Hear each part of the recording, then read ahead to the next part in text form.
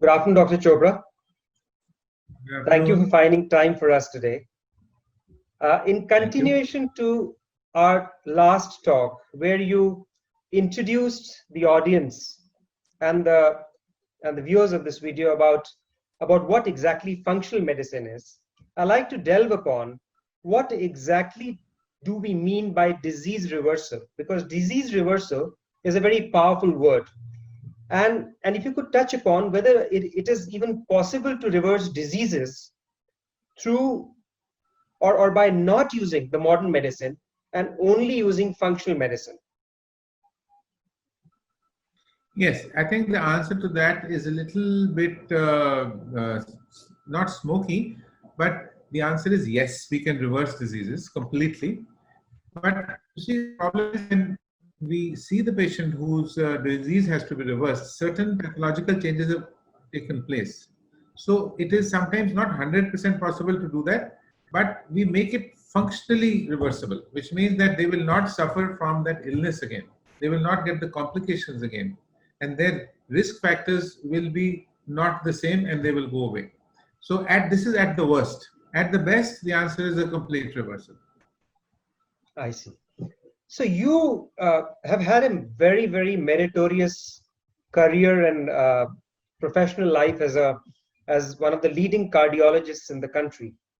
Allow me to ask you, what made you, in a way, leave the practice of modern medicine and take up the path of functional medicine? Well, first, I'd like to say that what I'm practicing is also medicine, because the biochemistry, physiology of what we preach is still the same. The only difference that we make is that we do not use active pharmaceuticals, and we use our nutrition and other methods of lifestyle changes and mental attitudes to do this. So actually, we go down deep to where the imbalance took place in the first place. Where did that symptom start from? Who put the gasoline on the fire? Where did the inflammation start from? So we go to the cause of the root cause and work upwards. So we have inverted modern medicine and turned it on its head. And I say that this is the way it should have been practiced. And I'm excluding emergency medicine out of this reversal program, because that is the domain of modern medicine. We are talking about reversal of chronic illnesses.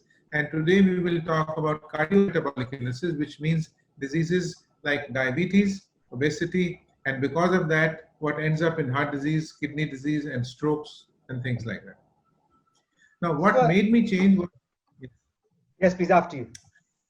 What made me change was an incident where I was called to see a diabetic patient who was already on dialysis, who was very breathless, and they asked me to comment on the fact that shall we amputate her foot or not. Now, I'm not going to the details of that. I did my best for that patient, but on my way home, I felt a little disgusted, I must say, that educated people who had everything on their command, every doctor, every form of medicine, and yet they could not do the right thing. And I was, heaping blame and shame on these people, in spite of the fact I really did my best. But that night I couldn't sleep.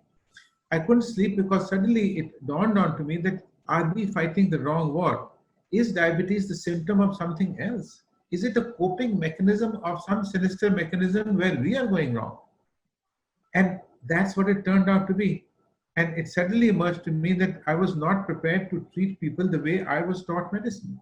And I realized that we were taught medicine wrongly.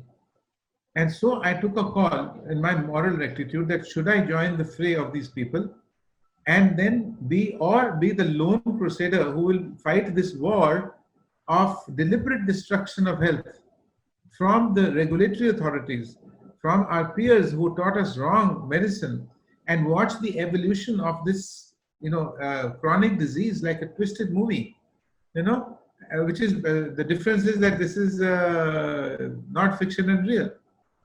So I realized that, we have been given only 50% of the facts, so we could only treat 50% of the people, and we got only 50% of the success. And it was literally like, like you have that blinders on, where only half the vision is seen. And that's what science was about.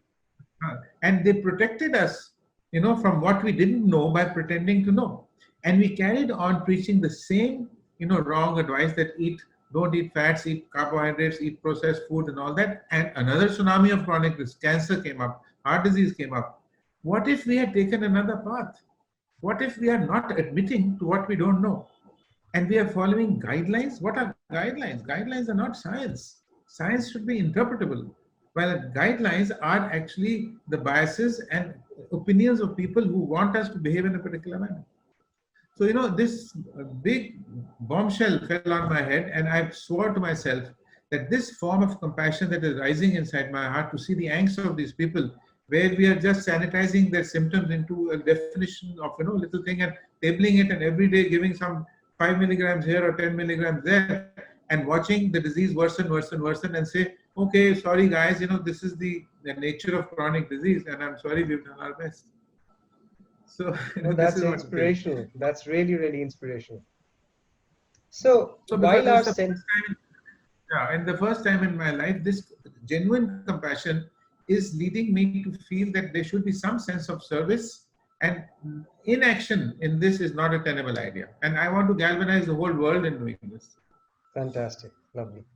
So while our centers are going to offer an array of programs that have become popular, like diabetes reversal, metabolic obesity program, mindfulness program, deep detox of the body program, I would like to, I believe, and I've read as a part of, and learned as a part of a few of our discussions, that diabetes is turning out to be one of the most killer diseases on the planet, which also in a way forms the bedrock for every other and a host of other diseases that emanate, or rather as we can call it, the tree of diseases that originates from the base of diabetes.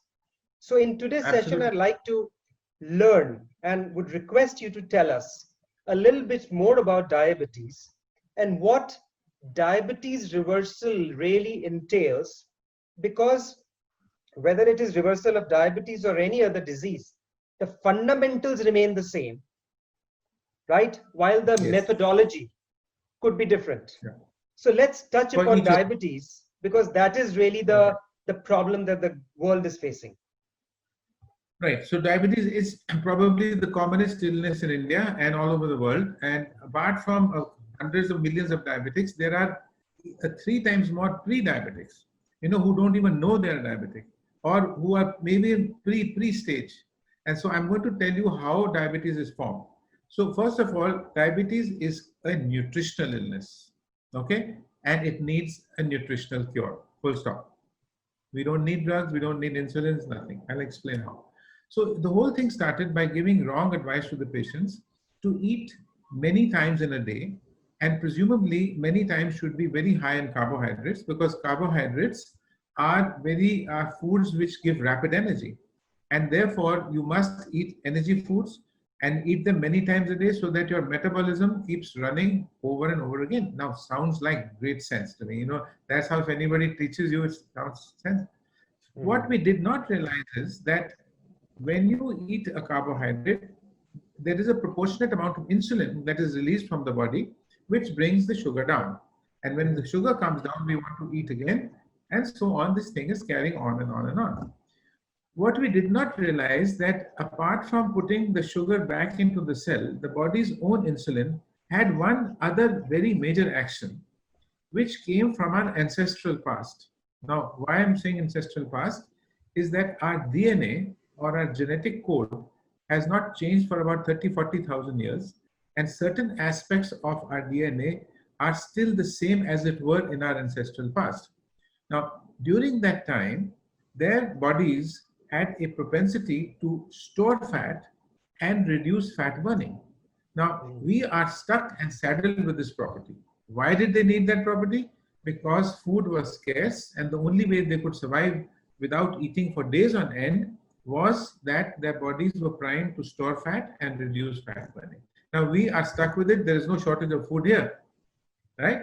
So this is what it is. So what do? We keep eating, and the sugar goes up, sugar comes down, sugar goes up, sugar comes down. So 4 to 5 to 6 to 7 times a day, which means we were told you must have breakfast, you must have lunch, you must have dinner, You must have an early morning snack. You must have some snack in between your breakfast and lunch and between your lunch and dinner. And if you are awake at night, have a bedtime or a midtime snack. Now, can you imagine what is happening here? This metabolic earthquake took place inside our bodies without our knowledge. And each time the insulin banged the sugar down, it also sent a message to store fat. So store fat, store fat, store fat, reduce fat burning. Imagine this message going 7 times a day for years and years on end, decades. Now this is setting the stage for diabetes. How? Over 1 decade, 2 decades, or 3 decades before you actually become diabetic, this mechanism is going on. Therefore, what is happening is that the fat is being stored in your liver, fatty liver, then in your pancreas where the insulin is formed, then in your heart, in your eyes, in your kidneys, and your nerve. Now, at this moment, you're not diabetic, okay? But you have no idea that this fat, inflammatory fat, is surrounding all your organs and laying the seed for chronicity of the disease. Now, what happens is that over time, the body will need more and more insulin to control the same amount of sugar, which means if I take 100 grams of sugar, it needs 100 grams of insulin. Over time, it will need 10,000 times more of insulin. But you're still not diabetic because such a high dose of insulin is managing to keep the sugar down. But the stage comes when, burdened under the strain of over producing insulin. And what, people are surprised when I say that prior to your diabetes, you have hundreds of times of more insulin. So the pancreas runs out of insulin and you start running on empty. That means you become a diabetic because there is no more insulin left in your body. So what do? You go to your doctor and you say, hey, I'm diabetic today. Now, what they did not realize was that they were pre-diabetic for maybe 10, 20, 30 years. And they didn't know because the fat was accumulating, the sugar was still normal. So your doctor says, my friend, you have been, depleted and devoid of carbohydrates for so many years, which is also a fact because there was no insulin and there was no sugar getting into the cell. So please take more carbohydrates, okay? But don't worry, we have got very powerful drugs which will put the sugar into the cell. But there is a problem with these drugs that it can crash your sugar down. So to avoid doing that, you must eat 5 times a day. Now let's hold on for a moment. Wasn't this the same thing which caused your diabetes? Eat 5 times a day, eat more carbohydrates. So we are giving them the same advice, which sounds very logical, to treat the diabetes, and that was the cause of the diabetes. So what is happening today? We give the drugs, and the drug is now pushing the sugar into the cell which is full of inflammatory fat. It's like your baggage, when you come and you're getting a baggage and you can't put any more clothes in it and you make someone sit on it. Or you must have seen those pictures in the Tokyo metros. In the Tokyo metros, the cops are actually pushing the people into it, jam-pack them. So this is what the drugs are doing, trying to push the sugar back into the cell, but there is no place. So what happens is that the fat comes out, which means sugar goes in and the fat spills out. And this fat is the inflammatory fat which now surrounds your organs as inflammation.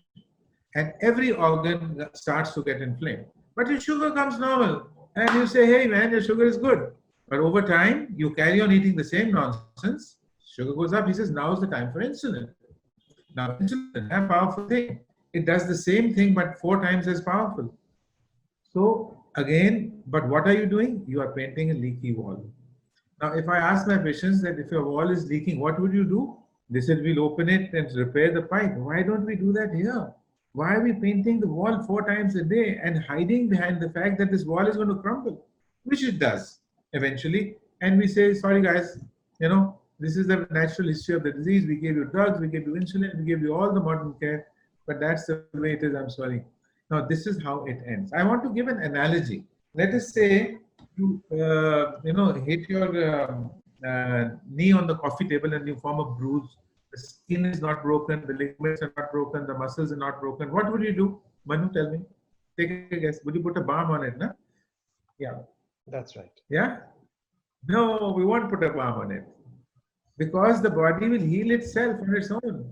And this balm is insulin. And we have created a $1 trillion industry of insulin, that is one you take at night, one you take with lunch, one you take with dinner. And this same insulin is poison. because it's ultimately breaking you. I often say to my patients that the day you start insulin, you will put on weight, because every inch of insulin is storing fat, as we explained, and you've actually on a blank paper signed your death sentence. I mean, look at the magnitude of this discovery. Look at the amount of insulin. Look at the factories and millions and trillions of dollars. You know how much money a guy spends on insulin and these drugs? So this is what it is. Very sad state of affairs. So now we have to reverse the whole process. Now let me explain how this process is. So what caused the insulin release? It was the carbohydrates. So we have three macronutrients, which are carbohydrates, fats, and proteins. And the advice given to us was, you must have the largest quantum of carbohydrates, a moderate or good amount of proteins, and zero or no fat. Now, I'm first going to take you to an ancestral past. There was no grains, there was no rice, there was no dairy. Okay, we thought that these people were carnivores. They weren't, because it was the wild animals who were eating them. So they used to have fish and duck because they didn't bite back. Their diet was 70% vegetarian. No grains, no rice, no dairy, no fruits. Remember, this is how our DNA is made. So we used to eat nuts, seeds, roots, barks, vegetables, fish, duck, and their fuel was duck fat and animal lard. Our fuel is carbohydrates. So our DNA was meant to run on fat. Now this again comes as a big, huge surprise for everybody. Now, in the morning, they used to eat a big meal after a very heavy duty exercise. Run to pick up something, sprint to run away from a wild animal. Nobody went for a 1 hour walk, okay? Because there was work to be done, weighting work, 5 minutes, pick up weights, walk 5 minutes, pick up weights. So that's the first lesson, which is going to sound, is that a 1 hour steady state walk is of no value in treating diabetes. Yes, it's good for general things, but no value. So a stop-start activity, and that is how the constant that's training we talk about. That means that you need to do only 20 minutes exercise, 30 minutes very fast, 3 minutes slow, 30 minutes very fast, and then carry on doing this. And then we keep building on it. But many times in the day, you should do multiple episodes of moderate activity. This is the way to be, not a 1 hour boring walk and then couch potato for the rest of the day. So after that, they deserved a good meal, and they should get a good meal. So the first meal was their biggest meal, which is what we should do. Then from sunrise to sunset, this is happening. Whatever little food which was normally scarce was left, they used to eat before sundown. Why before sundown? Because there was no electricity. So that comes the third lesson, that try to eat before sundown. Now, I find it very difficult pushing down people's throat, because it's not practical.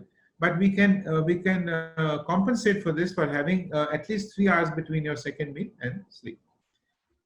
Now, there's no electricity. Whatever was left, they ate. So what was the fourth lesson? There are only 2 meals. You can't eat when there's no electricity. And finally, the distribution of our macronutrients is 60 to 70% fat, 20 to 30% protein, and 0 to 10% carbs. This is the distribution of our diet now. So a well-formulated, high-fat, moderate protein, and a very low carbohydrate meal. Now, let me explain why I'm saying this. Now, those of you who haven't done physics or biochemistry, I'll still try to make it as simple. If you eat a carbohydrate, the sugar goes up sky high. The higher the sugar, the higher the insulin response. The higher the insulin response, the bigger the message to store fat. Clear? So if I draw a graph like that, it's very high. If I eat a protein, the insulin response is half of the carbohydrate response.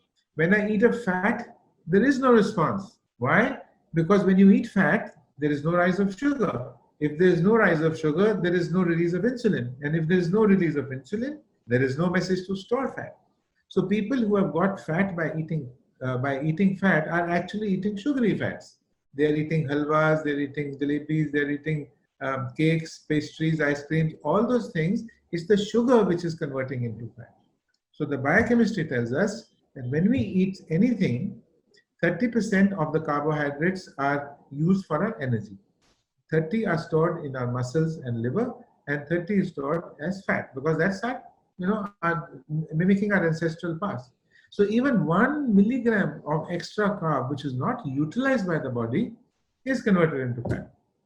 And this storage capacity of sugar in our muscles and liver is like your wallet, small.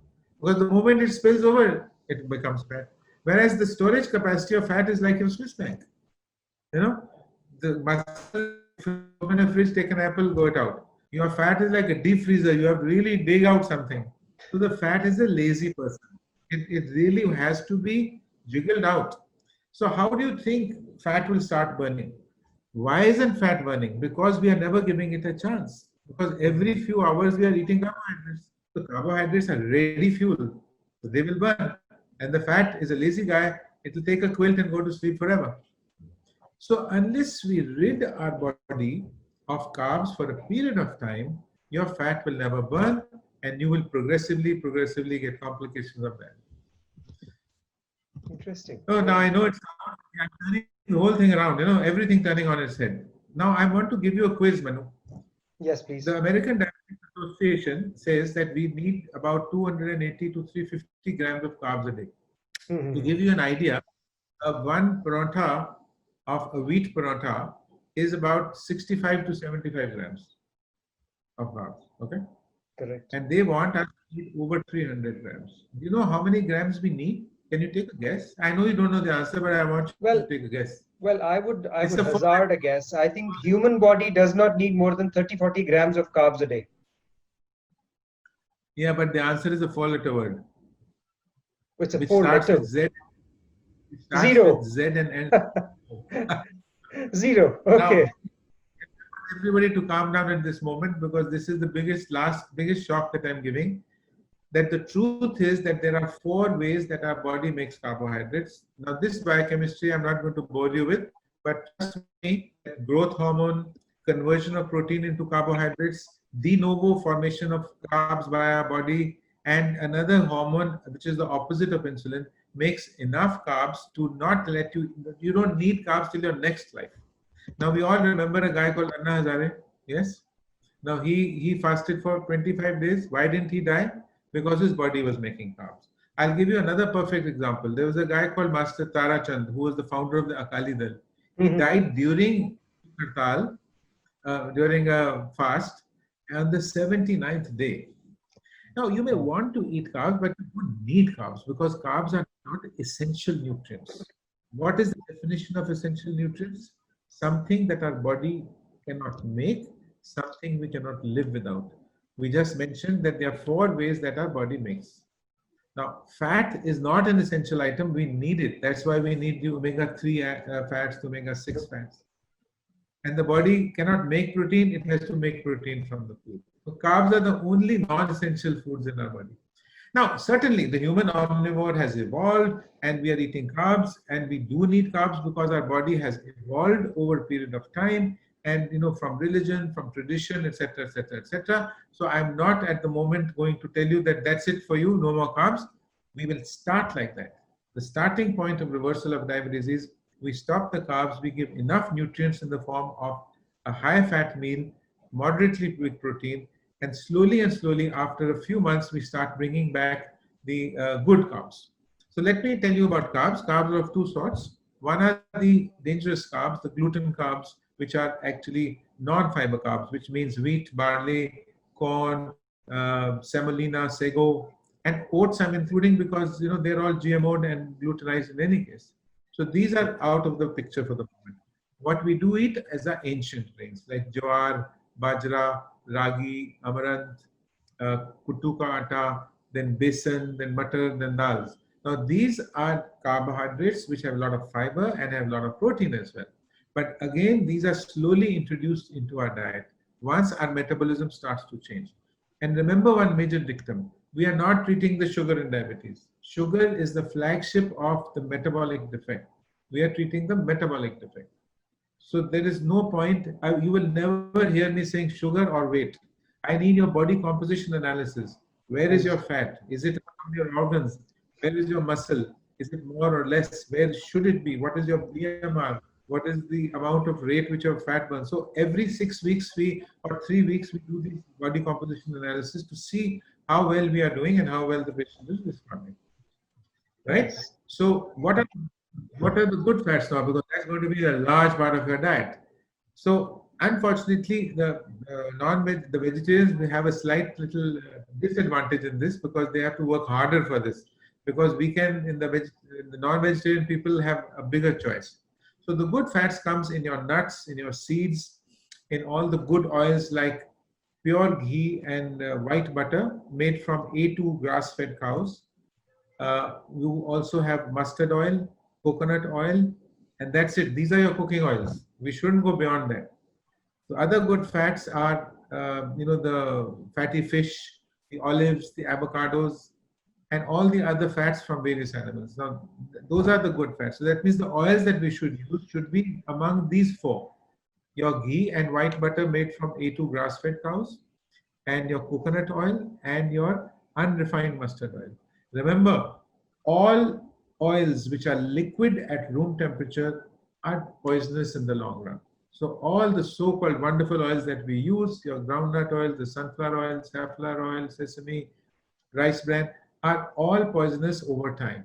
And I'm using the word poisonous because in the end, it is a poison. It slowly is poisoning your body. Because these are the oils which are found in packaged foods, preserved foods, in all these high fructose corn syrups. Whatever you eat from the bazaar is full of fructose, being the greatest killer, and then this omega-6.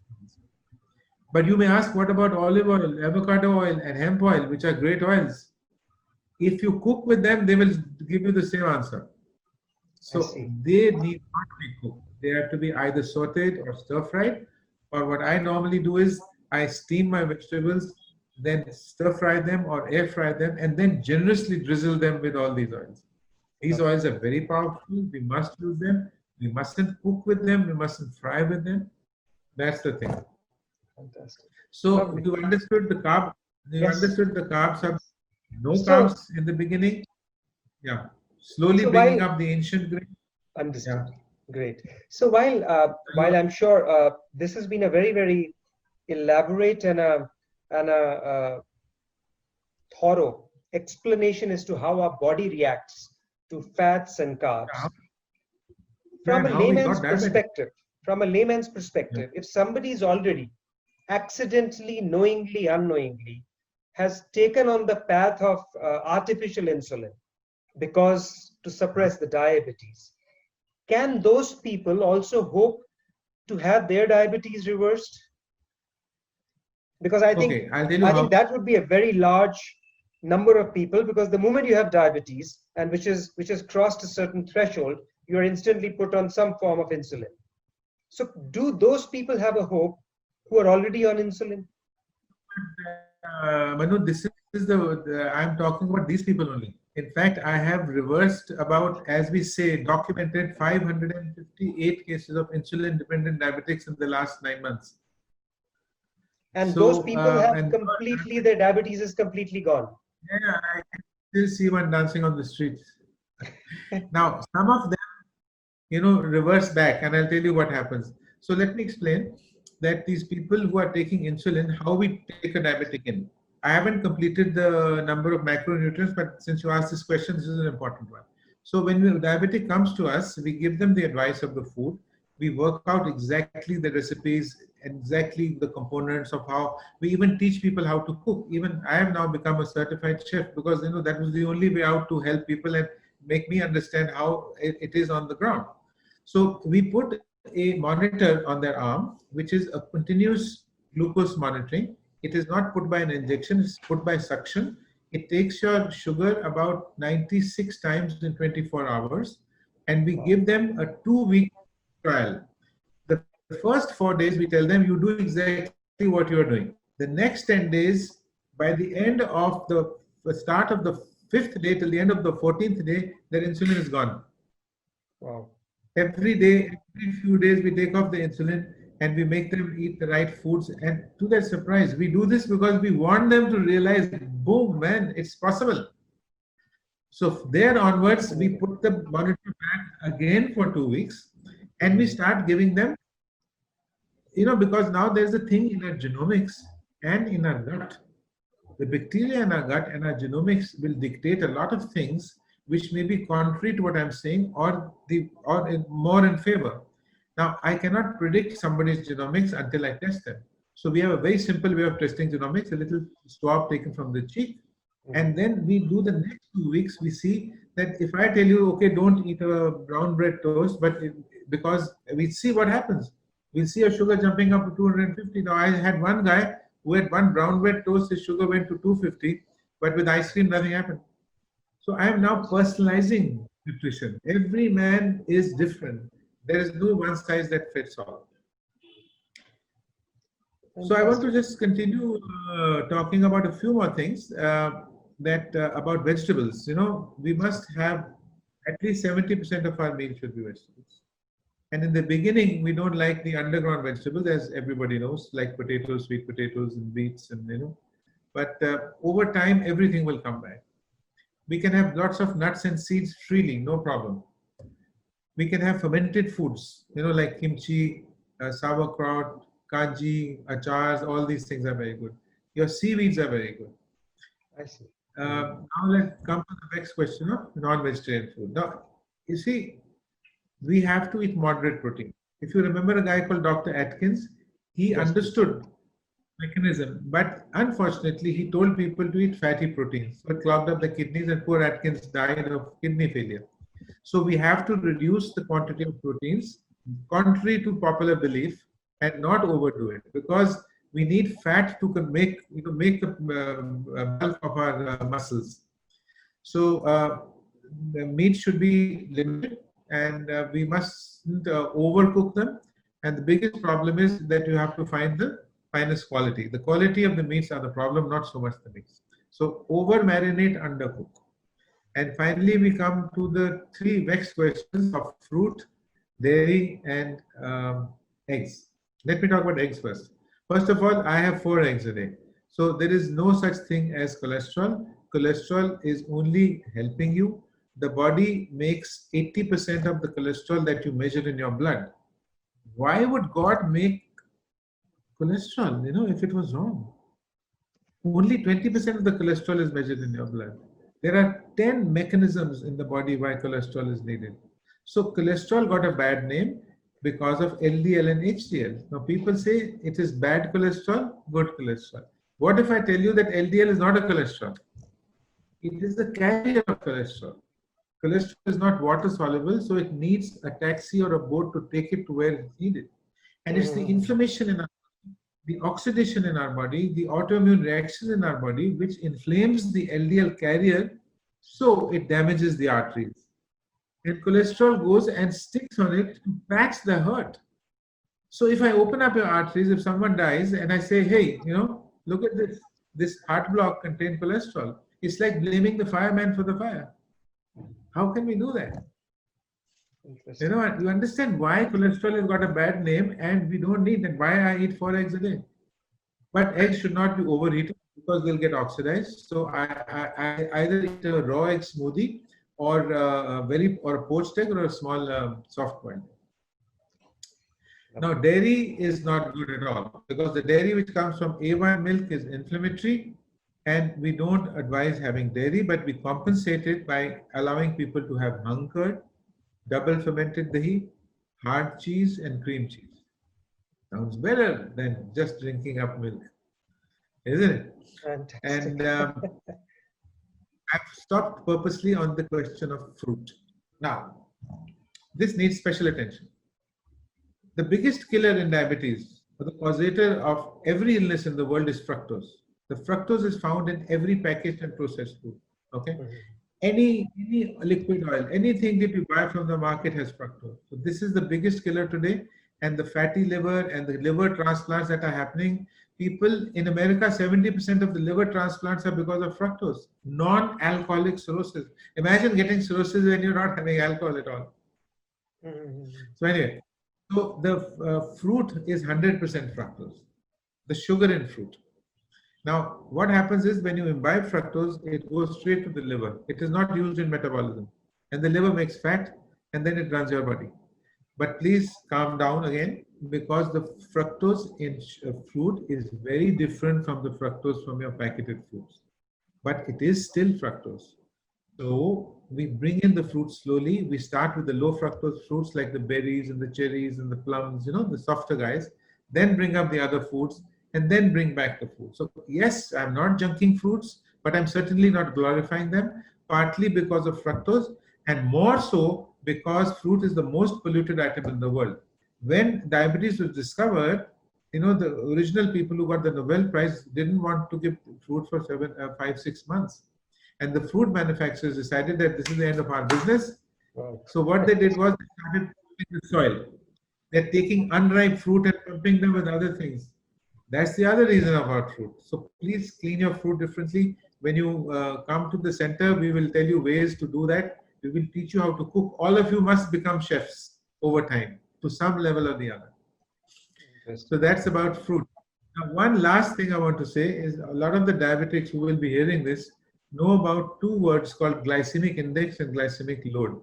We are supposed to eat food with a glycemic index below 60 and a glycemic load below 10. Now, nobody understands this damn thing, and nobody's going to run around, with papers looking at is this 58 or 59. And also, it's confusing because there is no portion size in this. Because like a carrot has got a glycemic index of 70, which you can't eat, but the glycemic load is 6, so you should eat. It doesn't make sense. See, so you can have a carrot, you can't have carrot juice. And there are many other examples like that. So what I am doing is, which I'm not still fully ready with, in the next few days, and in the center, I'm going to introduce the concept of equivalence of a teaspoon of sugar in a particular portion of food. Then we will understand. Like 1 teaspoon of sugar is 5 grams, 1 teaspoon of sugar is 5 grams of carbohydrates. All right? Now, can you guess how much teaspoons of sugar in a banana? 7. Wow. How many teaspoons of sugar in a bowl of rice? 11.5. In a potato, 8. There is more sugar in a whole wheat brown bread than a teaspoon of sugar. This is how you realize how dangerous inflammatory carbohydrates or the unhealthy carbohydrates can be. And they are the greatest killers. And this is, we must realize that our diet is more fat, moderate protein, and less. You know how I manage to eat more fat? I wake up in the morning. Oh, most importantly, I have to explain to you that because of our ancestral past, we have to eat twice a day. You understand? Because that's how our DNA is made. That is how the concept of timed fasting comes. And timed fasting means the first meal, smaller second meal, an 8 to 10 hour eating window, and a 14 to 16 hour fasting window. So sunrise to sunset, that used to be the norm. The sun between sunrise and sunset. We can't just down people's throats, but what we do is that 8 to 10 hours eat, 14 to 16 hours don't eat. Now there are 10 reasons why we must fast, but I'm going to give you at least 2 or 3 very important ones. When we fast, certain cells will die. Dying cells, older cells, misbehaving cells, degenerating cells, precancerous cells, which are made every day in our body and taken care by immunity. What does not die are our stem cells. Stem cells means they can do anything. So they come out into the circulation. They were hiding for a rainy day. We've created the rainy day. And they want to be fed. So what will happen when you feed them? They won't hide again. You get a fresh lease of life, a fresh lease of youth. This is the best anti-aging device in the world. So you see, we are also not doing diabetes. We are curing hearts, we are curing cancers, and we are making your aging reverse. The second thing that happens is some substances are formed which make new neuronal connections. The new buzzword that we don't know is called neuroplasticity. We think that the concept of the changing brain has replaced the fact that the brain won't grow after the age of 60. We are creating new neurons by this method. And we are looking after our mitochondria, the little pencil-shaped batteries, which 1 billion can fit on a pinhead. They take calories from the food, oxygen from the air, and make energy. Now, if our mitochondria are upset, we are over. 1 billion on a pinhead. So if we eat 7 times a day, our mitochondria will make more waste. More waste, more oxidative stress. More oxidative stress, you need more antioxidants, and the cycle goes on. If I eat once a day, One way. What we are doing, we are running our car whole day and parking it in the garage with the ignition on. So these three items of fasting and eating the way I am asking you to eat are just wonderful. These, if it was only these three, it's good enough for us. So Now, I what we have have to do is, yeah. sorry. I mean, that's so much of a wealth of information that I'm having to interject again and again because my mind's brimming with questions. But a very important question that comes to mind, that the array of programs that we are offering, primarily Yeah. Diabetes reversal, what is the ideal duration that a person can hope to see significant changes in one's body? Because it's a journey, it's not reaching a destination, and once there's a change in lifestyle you have to maintain it. But in what duration can a person start seeing quantifiable significant change in one's parameters of Okay. diabetes? Yes. But I just add one little thing, that it's not just the diet. There is a particular way we make people exercise and do strength training. Yes, please. We also do a mindfulness practice and meditation, all the mind work, because without all these three, it's not going to work. Please understand that. So that is also a component. That the changes will start taking place within 2 weeks. And in most people need an average of 3 to 4 months. That means in 3 to 4 months, the metabolic,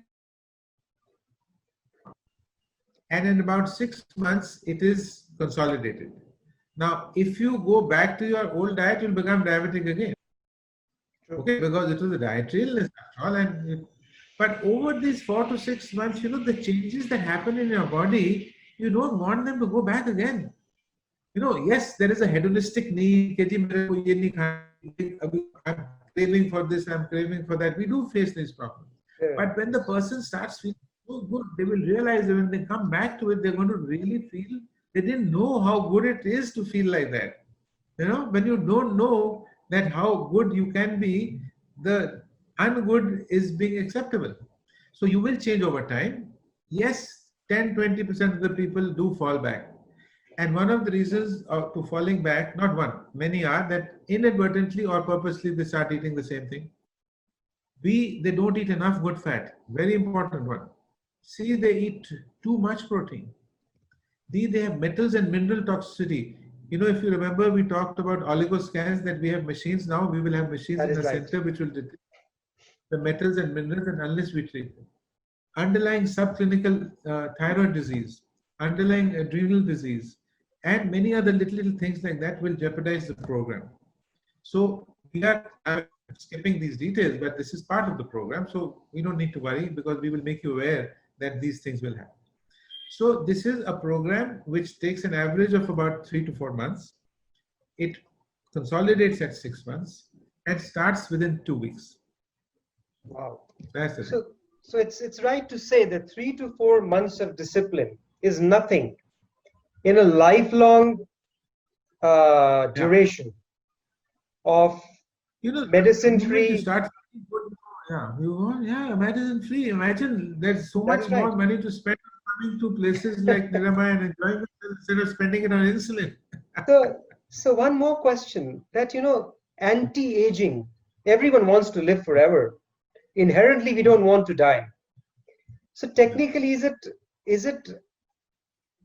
okay to assume or say that the fundamentals of anti-aging or live forever philosophy is deep rooted in the way we live and the way we eat? It's as simple as that? Yes, and I will answer this question in 2 ways. First of all, I want to say that the template of all our programs, reversal programs, is what I said about. With aging, we have to add many more things. But I have to do a little nice thing on aging. See, there's a guy called Dan Buettner who wrote the book Blue Zones. He found that there are 7 places in the world. Now, you must know the other side of the coin. There are 7 places in the world where people live well above 100, maybe 115, and only 2-3% get ill. And they said, what the hell?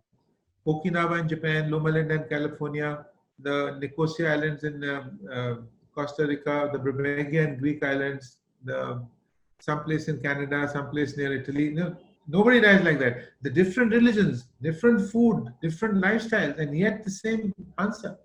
So they all wake up with this wonderful Japanese word called ikigai, which means that there is a real reason for living.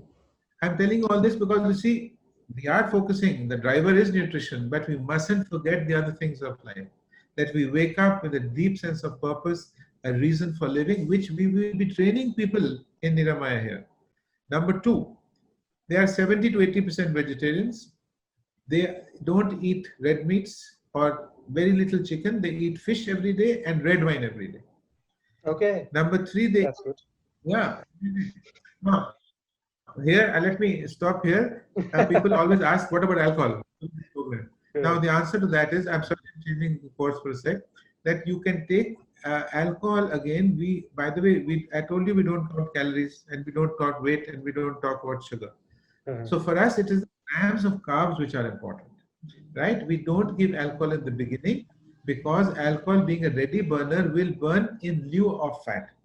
So we don't want that. But once your fat burning starts, a vodka, 45 ml of vodka or gin is, you know how many grams of carbs? Zero. A 45 ml of whiskey is 2 grams. So if you are allowing you 30 grams, essentially you can have 12 whiskeys. Well, that's very good news for a few people, maybe. Yes, in a whole day, so 30 divided by 2 is 15 whiskeys. Wow. Fantastic. So coming back, so that's the first thing. The other thing they do is they eat with their family 4 times in the week, 3 times with their friends. Now comes the shocker. They address their faith collectively every day. They do one stress-busting activity with their friends, and they do some form of social work. Now, while our guests will be in Niramaya, we will be teaching them to, regardless of the religions, to pray together. We are already doing all that I'm trying to say. We will also teach people to do stress-busting activities, which is not a chore. And we will also train people in their mind how to do some form of generativity, mentorship, leadership, or social service. You know, a Harvard study followed this, and guess what they found? They removed the last 3, which means praying together, social work, and friends. And you know what happened? Fitness came at number 9. Wow. So what I'm trying to say is that without being a whole person, without being yourself, without you know, they say that you should have a friend. And if you ask that, can I have $1 million? He should say, where should I send it? You know? So that is the sort of friendships. So since you're talking of a bit of philosophy, I also read somewhere, and you can maybe explain this to us in technical terms, that people with deep sense of altruism are the only people who have all the 4 hormones, essentially happiness, 4 kinds of happiness hormones that naturally produce, which then lead to a greater sense of great health and purpose and happiness in life. All those things are made like that, and those are all happy hormones created by doing that sense of service, a sense of purpose, a sense of belonging, a sense of helping, you know, and receiving. So this is, you know, I mean, we are talking about diabetes, but you know, this is the biggest umbrella on the Niramaya reversal program is this. Everything happens under this umbrella of altruism. Beautiful. That's the nice part. Very, very nice. One last thing. This book is... Sorry, after you. There was this question lingering on my mind that since the last 10, 20, 30 years, people have not been able to differentiate between good fat and bad fat. And people are trying to shun away fat. They say, I have fatless diet and I don't eat any fats at all. Contrary to what you just educated us, that fats are good. Yeah. First of all, it echoes our evolutionary past. They used to eat only fat, and the blood that runs in the fuel was fat, more fat, less blood. Now, when all our lives, we have been told, eat low calorie, low fat. Now, have you seen any change? I have about hundreds of, you know, I know about 110 women who I have got in my group who are now finally listening to me. They listen, but they do the same. They lose their weight, they put that weight. They lose their weight, they put on. You see, the moment you eat low calories and low fat, after 2 months, the body will recognize that it's not helping our DNA. So it starts doing reverse thermogenesis, which means that the moment when you do this, you will lose weight. But what will you lose? You will lose muscle, bone, cartilage, tissue. You will not lose fat. And then everybody knows that after 2 months, you start putting back again because the body starts retaining fat. Now, if you are losing, say, 100 calories after walking a mile, after 2 months, you will lose 80. After 3 months, you will lose 60. Reverse, body is storing energy. So you will never lose fat unless you eat fat. This is, Manu, another thing I do, which I tell all my patients before they leave, that I will only see you next time if you write 100 lines that fat does not make me fat. Fat is made from excess carbohydrate. I said, you show me those 100 lines. Fantastic. Because it's very difficult to swallow this pill I'm talking about in the mind for you. When I first tell this to people, most of them are shocked. Some of the people get up and walk out. They say, Doctor Sahab, ye nahi hoga hamare se, kyunki hamari sugar to theek hai. I said, your sugar is normal because you're painting that leaky wall. This happens. Understood. No, this is indeed This is indeed revelatory. This is indeed revelatory. I have been doing this for so many years, and yet when I sleep, I can't sleep because I said, hey, I've got this knowledge. I want to share it more and more. Well, thank you very much. This is very, very revealing. This is education. This is education for a common person to believe that our human body has enough energy and resources to reverse any disease, any ailment, any malady, just by harnessing the energy of the universe, good food, good exercise, and discipline. Good calm mind. Yeah. And this is a wonderful thing because the mind factor ultimately rules it, because you have to have your mind straight to get motivated to do this. This is also very important. So I look forward to this program in Niramaya. I know it will be wonderful for everybody, and it is the first expression of doing this on a very well supervised basis, at least in a city. We don't know exactly what they're doing back at home. So here, with our own hands, we are teaching people. When I say own hands, it's metaphorical. That every aspect of your mind, your biochemistry, your structural integrity, and all the toxins which surround you, we are taking them away. And slowly you start living this lifestyle.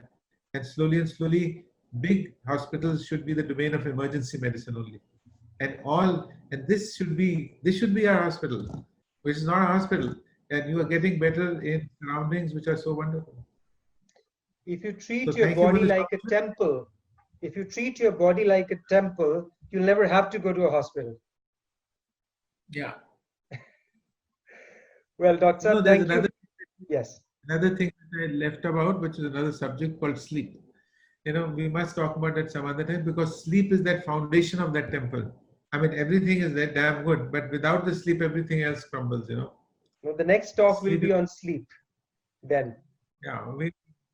So anyway, thank you for this opportunity to allow us to, deliver this knowledge in Niramaya. And it's only happened because of your open mind and the willingness to change and the willingness to help people rather than just giving them a luxurious time. Dr. Chopra, thank you very much for your time. Stay healthy, stay safe. Bye-bye. Thank you for your time. Bye-bye. Bye-bye.